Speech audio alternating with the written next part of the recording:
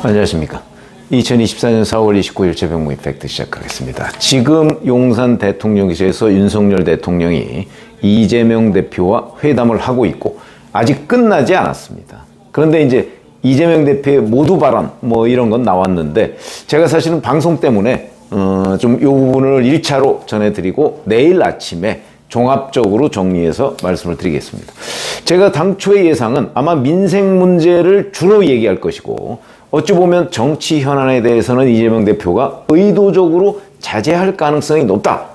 사실은 이게 이재명 대표의 전략적 유연성일 것이다. 이렇게 얘기를 했는데 그 예상이 반쯤은 맞았고 반쯤은 또 틀렸습니다.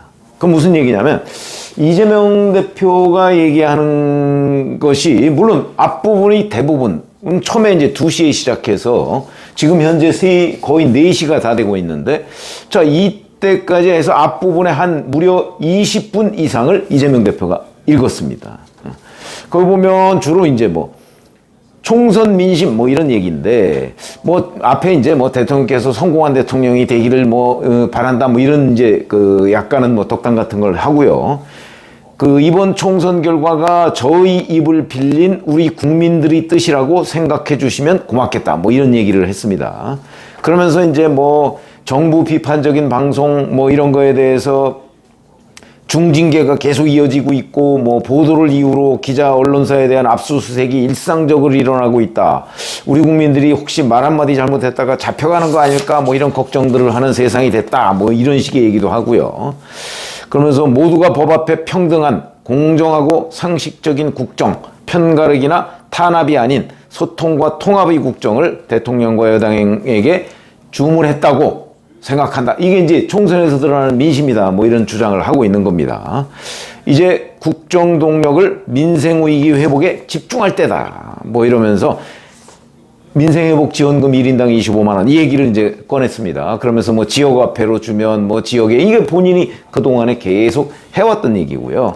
이 조치를 적극적으로 검토해달라. 이런 거고요. 그 다음에 R&D 예산 복원 이런 것도 이제 내년까지 미룰 게 아니고 이번에 추경을 하게 되면 같이 좀 했으면 좋겠다. 이런 얘기 하고요. 그 다음에 전세 사기 특별법 이라고 하면서 이런 것들이 굉장히 화급한 민생이법이다. 여기에도 적극적인 관심을 기울여줬으면 좋겠다. 이러면서 이제 의료개혁 부분에 관해서 또 얘기를 했습니다. 이게 이제 장기화되고 있지만 이거 정말 중요한 거다. 그러니까 대화와 조정을 통한 신속한 문제 해결. 그러면서 이제 민주당이 제안했던 국회 공론화 특위에서 여야와 의료계가 함께 논의한다면 아마 좋은 해법을 기대할 수 있지 않을까. 아마 이런 부분 의대 정원 확대와 같은 의료개혁은 반드시 해야 할 주요 과제다. 근데 이제 이게 숫자가 문제가 되겠죠. 그러면서 이재명 대표도 정부에서 유연한 입장을 밝혔으니까 그런 부분을 함께 했으면 좋겠다. 이런 거고요. 지난 2년간 정치는 실종되고 지배와 통치만 있었다는 그런 평가가 있다. 이런 얘기. 특히 어렵게 통과된 법안들에 대해서 저희 민주당 입장에서 보면 과도한 거부권 행사, 입법권을 침해하는 시행령이라든지 이런 얘기도 쭉 하니까 이제 거부권 이런 것도 좀 자제해달라. 그동안 언론 보도에서 일부 그런 얘기가 나오고 있었죠. 이런 얘기도 지금 이재명 대표가 다 하고요. 이태원 참사, 최상병 순직 사건 진상을 밝혀서 책임을 묻고 재발 방지 정책을 강구하는 것이 국가의 가장 큰 책임이다. 이런 얘기도 다 뒷부분에 했습니다. 이런 것을 하느냐고 거의 20분 가까이 이제 본인이 준비해온 걸 읽었는데 이 부분에 관해서 이제 윤석열 대통령이 어떤 식의 반응을 보였는지는 지금 아직 회담 끝났다는 얘기가 없기 때문에 이제 이 부분은 없고 그러면 제가 보기에는 이제 의료개혁 부분이라든지 이런 부분은 아마 합의점에 이를 가능성도 대단히 높다. 이렇게 보이긴 하는데, 그거는 이제 내일 아침에 제가 종합적으로 정리해서 말씀을 드리겠습니다. 근데 여하튼 분위기는 그다지 나쁜 것 같지는 않습니다. 근데 제가 여야 영수회담이라고 이른바 얘기하는 이 부분에 관해서 지금 얘기하는 거는 이게 사실 여기서 무슨 합의점이 있느냐 없느냐 뭐 있으면 더욱 좋을 것이고 없더라도 이렇게 만났다는 것 자체가 저는 의미가 있다고 생각을 합니다. 이런 것들이 이제 윤석열 대통령한테는 그동안에 뭐 불통 이미지 뭐 이런 것들이 이제 더 씌워져 있었는데 그걸 걷어내는 하나의 계기가 된다. 그 다음에 어차피 지금 그 이재명 대표와 뭐 이런저런 대화를 하지 않고서는 도저히 이 전국을 운영할 수가 없습니다.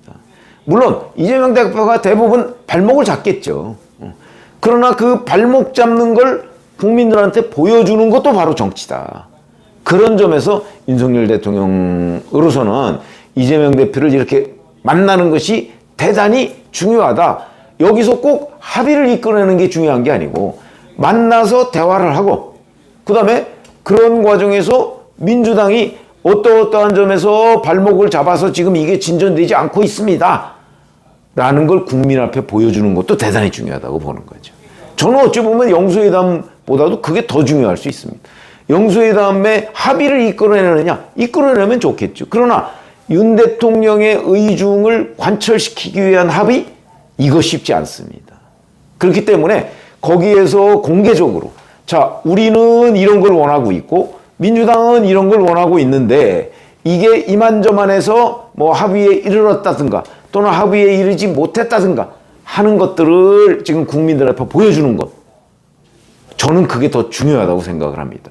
그래서 제가 사실은 윤석열 대통령이 이재명 대표를 만나야 한다는 얘기를 저는 일관되게 주장해왔던 이유가 바로 여기에 있는 겁니다. 그게 꼭 합의에 이르느냐 이르지 못하느냐 중요하지 않습니다. 이르면 더욱 좋고 이르지 않더라도 만나서 어떠한 이견이 있었다. 그러나 윤석열 대통령이 이걸 풀려고 노력을 끊임없이 한다 하는 사실을 국민들한테 전달하는 것이 중요하다 하는 거고요. 이재명 대표 마찬가지죠. 저는 그래서 사실 이번에 이재명 대표가 8번씩이나 영수회담 얘기를 하지 않았습니까? 그렇게 여기서 이런 걸 이렇게 다 쏟아낼 것이 아니고 영수회담을 했더니 이러이러한 성과가 있더라 하는 것들을 이재명 대표로서는 국민 앞에 보여주면 봐, 응? 내가 주장했던 바가 옳다 하는 걸 국민들 앞에 보여주는 결과가 되죠. 그래서 사실은 이번에 민생 얘기를 주로 하고 뭐 나머지 특검법이라든가 이런 얘기는 좀 자제하지 않을까 저 그렇게 예상을 했는데 제 예상이 절반 정도만 맞았다. 그런 거 보면 아마 이재명 대표는 이재명 대표대로 자기들의 지지층 그쪽의 요구를 외면하기가 어려웠던 것이 아닌가 이렇게 보이고요. 자, 뭐 합의가 이루어질지는 뭐 지금 아직은 예단하기 어려운데 이렇게 2시간 정도 넘게 지금 진행이 되는 걸 봐서는 아마 양쪽 간에 뭐 합의문을 작성할 가능성도 있습니다. 그러나 제가 아까도 말씀드렸듯이 중요한 거는 만났다는 사실 이게 중요한 것이지 합의 여부는 그렇게 중요하지 않다. 합의되면 더 금상첨화로 좋은 것이고 그렇지 않고 이렇게 만나서 양쪽 모두가 이득이 되는 거죠. 윈윈 할 수 있는 겁니다. 그래서 이 뭐 영수회담 정례와 아마 뭐 그런 거는 쉽지는 않을 겁니다. 양쪽 다 바쁜 일정들이 있으니까. 과거 문재인 정부 시절에도 뭐 여야정 협의체 뭐 한 번 딱 만나고 말았죠. 그런 것처럼 이 만남 자체, 그러니까 처음에 물꼬를 트는 것이 굉장히 어려운 것이고 그것만 터놓으면 그 다음에 또 만나는 거는 뭐 전화번호도 윤석열 대통령이 그 이재명 대표 전화번호도 저장을 했다니까. 그러면 뭐 수시로 정말 만날 필요가 있을 때는 전화해서 만나자. 또는 안 만나도 전화해서 뭐 몇 가지를 좀 협의할 수도 있고. 근데 이런 모양이 훨씬 더 중요하다. 하는 그런 의미를 말씀을 드리고요. 이 뭐 종합 결과 뭐 이런 부분은 내일 아침에 또 제가 추가로 말씀을 드리겠습니다. 고맙습니다.